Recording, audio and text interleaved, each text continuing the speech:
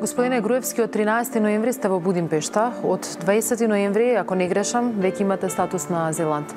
Каков е вашиот живот овде? Ситуацијата на теренот се осликуваше уште првиот ден кога пристигнав. Веднаш се виде со каква катастрофа се соочуваме, со каков проблем се соочуваме. Што значи да се живее со таков статус во Будимпешта? Каде живеете? Има куќи кои што се на дваката и таму некако луѓето може да се сместат на горниот кат, меѓутоа има куќи што се на еден кат.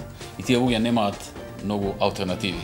Спијат или породнини, пријатели, комши или пак во прифатните центри, во спортски сали и така натаму. Како избегавте од Македонија? Која беше рутата? Патот беше целосно руиниран, места кои што повеќе изгледаат на планини претрупани со камења, со дрва, со отпад, со земја.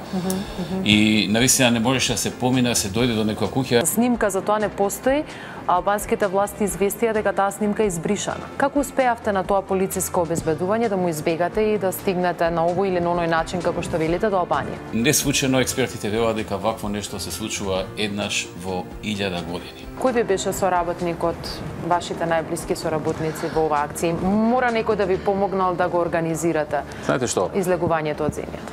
Околу 3000 волонтери и најголем дел се и од ВМРО ДПМН, активисти, членови, се разбира имаше и други граѓани кои што помага и на сите можам да би сакал да им упатам јавна благодарност за сето тоа што го правеа во минатите денови. Имате ли контакт со вашите сопартици од ВМРО ДПМН, доаѓаат ли тука? Извршниот комитет испрати апел до сите членови, односно до сите функционери на партијата на различни нивоа, на централно, на локално, да одвојат барем 30% од својата еднократно својата заработувачка и на тој начин да се помогне.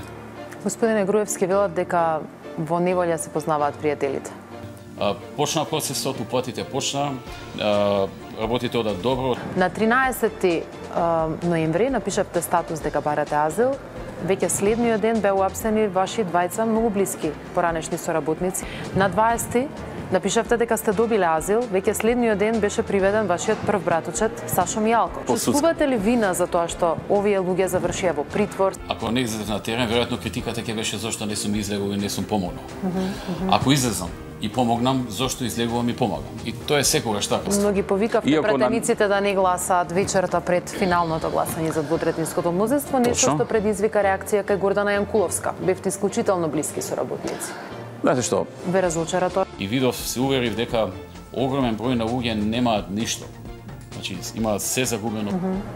Има ли нешто, господине Груевски, што може да ве натера да се вратите во Македонија? Тоа е тоа што не може да се врати никогаш. Се друго порано или подоцна ќе се врати. Господине Груевски, ви благодарам за гостувањето во вестите на Сител. Верувам дека и во следните денови ќе ве гледаме. Бидеше задоволство.